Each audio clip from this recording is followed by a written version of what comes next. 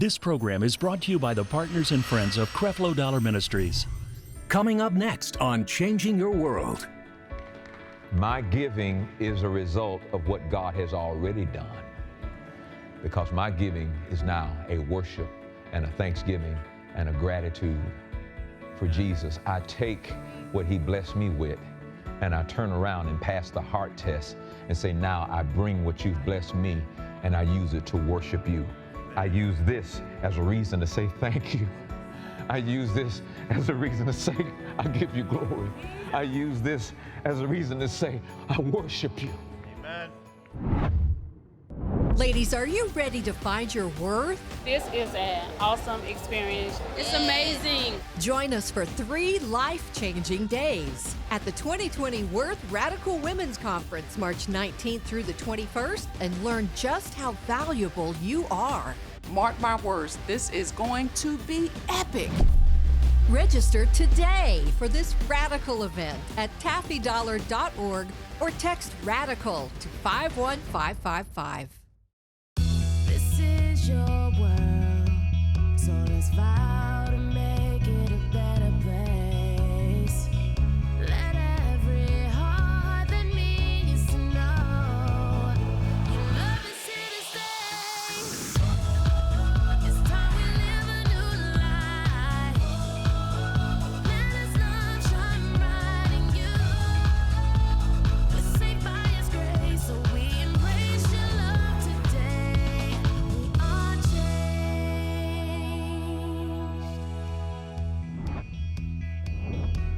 Anytime you go after the benefits, it's not going to be what you think it's going to be. And I want you to look at your relationship with God. You pray because you're still trying to get some benefit. You come to church because you're still trying to get some benefit. You sing and praise Him because you're still trying to get some benefits. When is it ever going to be, I just want you? When is it going to be? Paul, the teacher of grace, said, here's what I want more than anything. I want to know you. And I want to know the fellowship of your suffering. In other words, I want to do my part. I want to know you. I want to know you. When are we going to get to the point as Christians where we're just going to be satisfied by knowing Him? But that ain't enough. That ain't enough to know Him. You need to do something for me. You up there. What have you done for me lately? Bump, bump, bump. No. And if that's the only reason you have a relationship with God, because you want to see what benefits you can get, I tell you, you're going to walk away from that relationship. You're not going to be there. It's not going to last very long. We'll see you one season and you'll be gone the next season because it didn't work. Well, I tried that, but that didn't work. I prayed, but that didn't work. I gave, and that didn't work. I danced, and that didn't work. And until you get to the place where I don't care nothing about the benefit of peace or nothing, I know I got Him as long as I got Him. See, you don't understand that the benefits are not too far behind the relationship. Thank you, Jesus. Thank you, Jesus. Am I telling you that your giving is no longer going to yield a harvest? No, what I'm telling you is if you keep giving financially motivated by the benefit, you ain't gonna see nothing. But if you seek Him first, then all these other things will be added to you. And you can't fool God. Well, I'm gonna act like He first so I can get the benefits. You're still benefit driven. Until you let all that go and you say, you know what? I want you. I want you. Take my car away. I want you. I'm in a ditch right now, and it ain't a pretty situation, but I got you. And that's that relationship with Him that makes it worthwhile. I'm not going back to a benefit-driven life. Turn to 2 people and tell them, I'm in it for the relationship. I'm in it for the relationship. Yes. A relationship with God is the ultimate goal. And even though the benefit of forgiveness and joy and peace and all those things increase, look at what He said in 1 Peter chapter 3:18. I'm in it for the relationship. If I can get every member of World Changers to dismiss the motivation that comes by benefits from God and just seek God for the intimacy, everything changes. Everything changes. Everything changes. Look what he says. For Christ also had once suffered for sins. Well, why did he suffer for sins? The just for the unjust. Why? That he might bring us to God, not that he might bring us to our Bentley. Not that he might bring us to our new house. Not that he might bring us to our increase. Not even that he might bring us to our peace and our joy. And I mention peace and joy because those are benefits, but they come out of a relationship. Look what he says in the New Living Translation. Christ suffered. He suffered so he can bring us to God, so he can bring us to a relationship, so it can bring us to what real Christianity is about. Christianity is not a religion. It's not. All other religions requires you to do something in order to get something. All other religions require a quid pro quo. It requires you to scratch God's back in order for him to scratch your back. All other religions say you got to do this in order for that to happen. This is not a religion. I hate religion. This is not a religion. This is a relationship.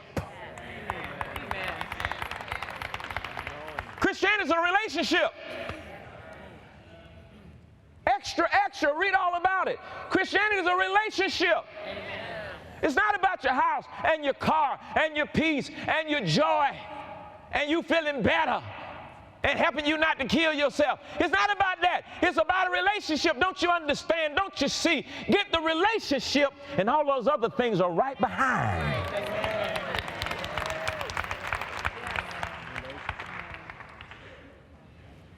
It can be insulting for you to try to benefit where there is no relationship.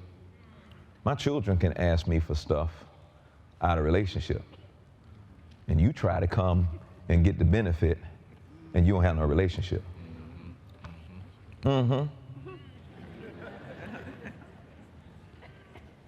Christ suffered for our sins once for all times. He never sinned, but he died for sinners. Why?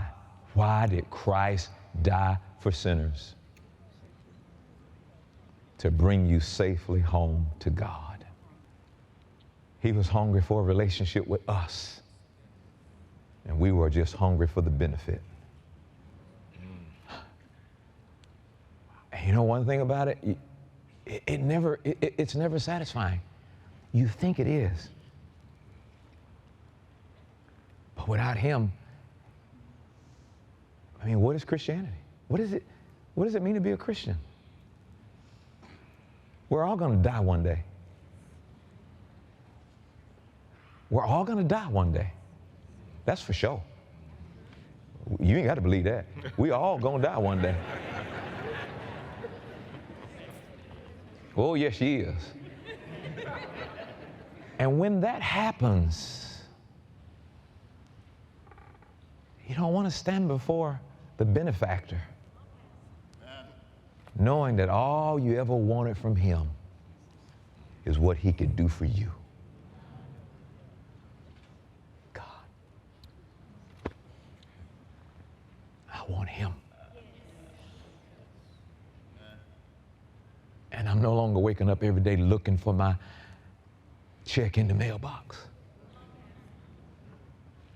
I'm no longer waking up every day seeing if this happens, seeing if that happened. And so if he didn't heal me of the cold in 24 hours, I want him. I want him when I'm up. I'm up him when I'm down. I want him when I'm feeling bad. He brings a smile on my face anyway. I want him. I want him. He doesn't have to do another thing. He's already done enough. He saved me. He sanctified me. He filled me with the Holy Spirit. He made me the righteousness of God.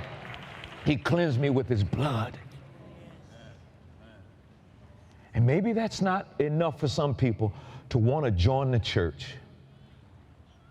But in the World Changers Nation, we're now after God. We're pursuing him. We're pursuing him. And when people finally look at you and say, what's going on in your life?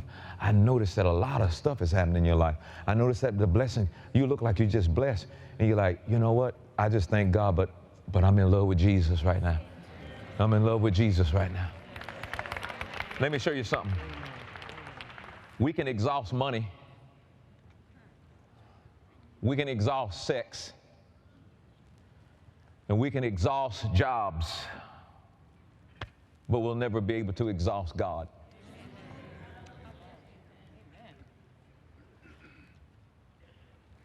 He gives us one thing that will never run out.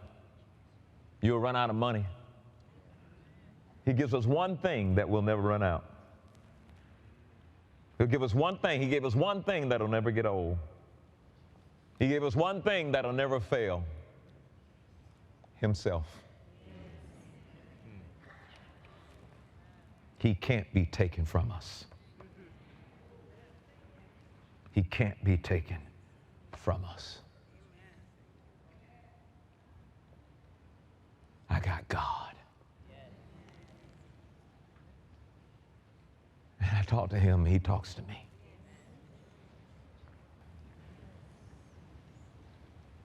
I got God.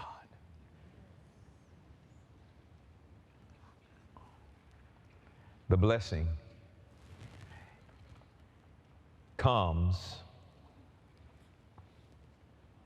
out of a right relationship with God. I'm already blessed. Go back to Romans 4, verse 14 in the NLT. The blessing is a gift. It's a finished work of Jesus Christ. The blessing is a gift. It's a finished work of Jesus Christ. Somebody says, well, healing is a blessing. No, healing is a result of the blessing. It's the benefit that comes out of a right relationship. Verse 14, if God promise is only for those who obey the law, then faith is not necessary, and the promise is pointless. Read that verse in the King James. He says that if this was given, for if they which are of the law be heirs, faith is made void, and the promise is made of none effect. That's the reason why the promise is no effect in the lives of a lot of Christian people, because they keep trying to do something to deserve it. Verse 15, because the law worketh wrath, for where no law is, there is no transgression. Verse 16, therefore it is of faith that it might be by grace, to the end the promise might be sure to all the seed, not to that only which is of the law, but to that also which is of the faith of Abraham. Read that verse in the NLT, please. To the faith of Abraham. Verse 16 in the NLT says this, so the promise is received by faith. It is given as a free gift. It's given as a free gift. It's a free gift. You keep trying to do something to get it. The blessing, the promise of the blessing is a free gift. Now watch this. I asked God, so why give? Why give? Because all my life I heard you give to get. If you want to get blessed, you got to give. You give to get blessed. You give to get. You give to get blessed. Well, if I have to give in order to get blessed, then that's no longer a gift. I am now having to do something in order to have the blessing. And he said I get the blessing by receiving it by faith. But all my life, in every religious circle I've ever been a part of, you give to get blessed. I was in a meeting one time, Taffy and I, and they were trying to raise an offering up. This lady said, I hear the Lord say Visa and MasterCard. I almost fell out my chair. I said, is heaven so bankrupt that now he's telling you can use your... And I thought, this is crazy. But I didn't know anything because I didn't understand the grace, so I couldn't see the truth of it. And then they showed all of the scriptures about, if you give, then this will happen. And if you give, then that'll happen. But that was secondary to the primary. I'm not telling you that your harvest won't come. I'm telling you if you keep giving out of the wrong motivation, your harvest won't come. If it was as simple as give and it shall be given unto you, there would be no financial problems amongst the people of God. Because y'all come to church and you give. It was that simple, give and it shall be given to you. And I know for a fact there are a lot of you who have given and it hadn't been given to you. Can I get a witness? And somebody told you just didn't have enough faith. And the reason why you gave and it wasn't given to you is because you didn't have enough faith. The reason why is you didn't have enough faith. If you'd had enough faith when you were tithing, then you'd be walking in the blessing. It's not true. It's not true. And so we give because we think it's necessary for us to be blessed. And then they say, if you don't give, you're going to be cursed with a curse. You know, the curse was coming because you didn't give your tithes and offerings. And if you don't bring your tithes and offerings, then you're cursed with a curse. God dog it. So you better give, or you're going to be cursed by 12 o'clock. That's not true under this new covenant. I just knew this wasn't God, and that's the thing that protects you. When you have an intimate relationship with God, eventually, He'll lead you to this place, and you'll say, I knew that wasn't quite right, God. See, there's something about me. I carry this, I don't know what you call it, this, I don't know, I don't even know if I should be putting godly in front of fear, but it's the only way I can kind of describe it. I just kind of like godly fear, reverence. What if I'm wrong? And then that keeps me studying and keep me studying. What if this is not quite right? And it keeps me going, and it keeps me going. So don't dog me out because I taught it wrong in the past. At least thank God that I kept studying it, and I kept studying it, and I kept studying it, and I kept studying it. And I'm not afraid to get up and say, hey, that wasn't right. Now check this out. We're in it for the relationship. I'm in it for the relationship, praise God.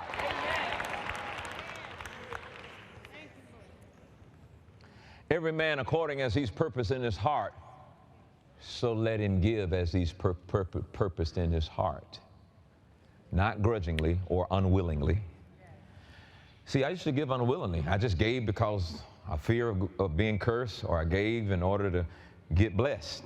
So every time I gave, it was out of necessity. And most every time you gave, it was out of necessity. He says, don't give out of necessity. He said, don't give grudgingly, unwillingly, willing, or of necessity. Don't give of necessity. Why do you think it's necessary for you to give? In order to get? No. Giving is not about giving. I do not give to get blessed. I give because I'm already blessed. My giving is a result of what God has already done, because my giving is now a worship and a thanksgiving and a gratitude for Jesus. I take what He blessed me with and I turn around and pass the heart test and say, now I bring what you've blessed me and I use it to worship you. I use this as a reason to say thank you. I use this as a reason to say, I give you glory. I use this as a reason to say, I worship you. Amen. Thank you, Father. And while it might not be as much as I thought it was going to be, at least God bless me. And I got to pause and say, thank you for where I am. Amen. Thank you for what I got. We want to keep going without pausing to say, thank you, thank you, thank you. Thank you that I'm healed. I present to you a body that's well, so I'll use it to preach the gospel. Hallelujah. I'll present to you a mind that's at peace, so I'll hear your revelation. I'll present to you money that was given to me from righteous labor, and I'll take what is yours. All things come of thee, O Lord, and of thine own have you given me, and I use it to worship you. My giving is not a quid pro quo. It's my worship. Glory to God. Amen. Glory to God.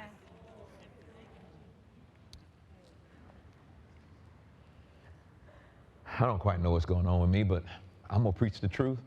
If you take it, take it. If you don't, don't. There's got to be a preacher out there that'll preach stuff you want to hear, and you're going to do that. I'm in love with Jesus, and I don't know how long I got on the planet, so I'm going to spend my time getting to know Him. So when I finally get to heaven, I won't walk past Him because I don't know Him, but I'll run right into His loving arms because This is the one that I fellowship with every day.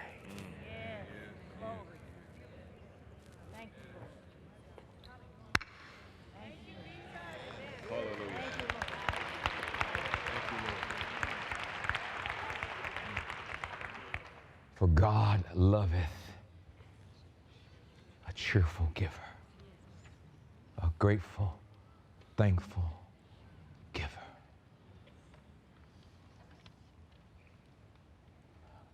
What is worship? Giving is it's an act of worship. Giving is an act of honor.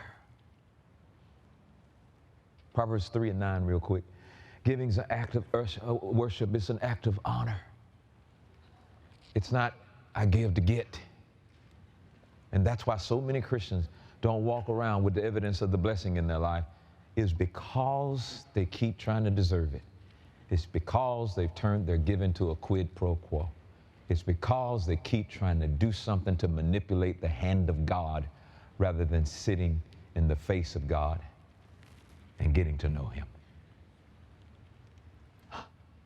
Spend my life as a Christian and not even be real?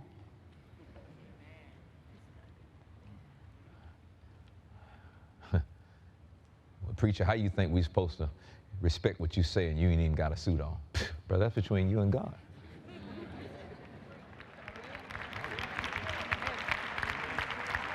I wore the suit so much because I was told that if you're a preacher, you're supposed to wear a suit. But if you're judging me because of my dress, you know how small you are? No, I'm going to say it like this. You don't know God. Amen. Amen. If you're judging me because of this new tattoo I got, I'm just playing. I just want to see, look at y'all. Look at y'all. Oh, look at y'all. I was doing that. I know I'm leaving this church right now. The finger go away. I got to go now. You don't know God. You don't know God. Because He's not like that. You have been infected with religion that draws you away from a relationship, back to a bunch of rules and regulations to suck you back into the law.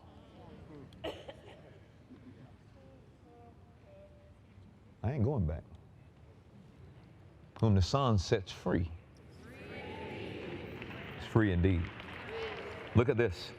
9, honor the Lord with thy substance. Ooh. And with the first fruit of all thine increase. Somebody says that's spiritual substance. I told y'all about that. Go to the King, go to the New Living Translation. Honor the Lord with thy substance. He's talking about spiritual substance. Honor Him with your lifting hands. Honor Him with your hand claps. He says, honor the Lord with your wealth. Come on, keep going. The Amplified Bible. Amplified Bible. No, that's your spiritual wealth. That's your holy, your wealth. Come on, Amplified Bible. Proverbs 3:9. It shall be, verse 9, honor the Lord with your capital. Oh, that's money. Cash. Ain't no spiritual money won't pay your gas bill. Honor the Lord with your capital and sufficiency from righteous labor, not from selling weed. Well, it's legal now. Don't throw that in my face about being legal. Well, I smoke weed now because it's illegal. You're a slave to something. A cookie is legal, but it doesn't mean you need to enslave yourself into it. Well, I use it for medical purposes. Ain't nothing wrong with you. Get healed. Now you're trying to substitute weed for the healing power of God. Stop. You're a man of excuses, and people that make excuses reside in the realm of failure. Excuses are nothing but nails used to build houses of failure.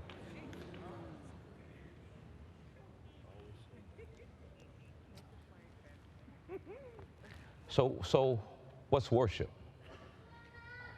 Not quite, baby. What's worship? And now listen to this now. Worship may be described as an expression of devotion and love from man, the creation, to God, the Creator. What's coming from you to Him? We're always trying to get something from Him to us. what's coming from you to Him. There is no genuine worship without gift giving. You can worship God in song, and you can worship God with lifted hands, you can worship God with the dance, but it's not complete without giving. Success is something we all want, but very few of us understand. True success is not defined by money and fame. The truest kind of success begins with God's undeniable presence in our lives. We want you to experience the God kind of success. Your relationship with God's going to take the foolishness out of you. It's going to convince you that's not the best thing to keep doing. It is your right relationship with God that will expose you to the benefit of the blessing. My success comes from me believing in what Jesus has already provided for me. You can also receive today's full message for only $7. Or for $50, you can receive the Grace-Based Success Collection.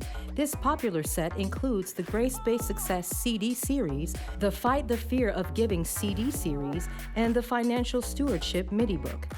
Order now at CrefloDollarMinistries.org or call the number on the screen for more information.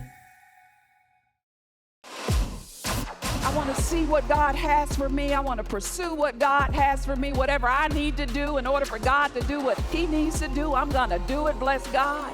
Dallas, Texas, in Chicago, Illinois. Creflo Dollar presents Change Experience 2020. Are you ready for your change?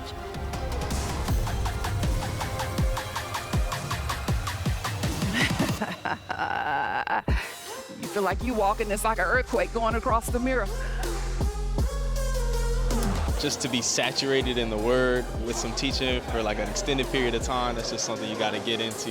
There's some stuff that won't be the same when you return back home. You honestly think that God needed you in order to fix it, but what God needed you to do is to rest. Don't miss this free event, April 24th at 7 p.m. in Dallas, Texas, and June 12th at 10 a.m., 2 p.m., and 7 p.m. in Chicago, Illinois. Seats are limited. Don't delay. Go online and register now. Jesus died to save the entire world. Today, He's training us in grace so that we can go out and influence someone else's life. That's why I'm so grateful for the friends and partners of this ministry who freely and cheerfully give financial offerings to support us. You understand our vision, and you help us in so many ways to reach those who are searching for hope in the midst of darkness. Thank you for empowering us to expand God's kingdom worldwide. Your financial donations into this ministry work all over the world to change countless lives. If you'd like to support our efforts to save the lost, you may call in or visit CrefloDollarMinistries.org today. God bless you. Because of you, Creflo Dollar Ministries is providing a new understanding of grace and empowering change in the lives of millions of people every day.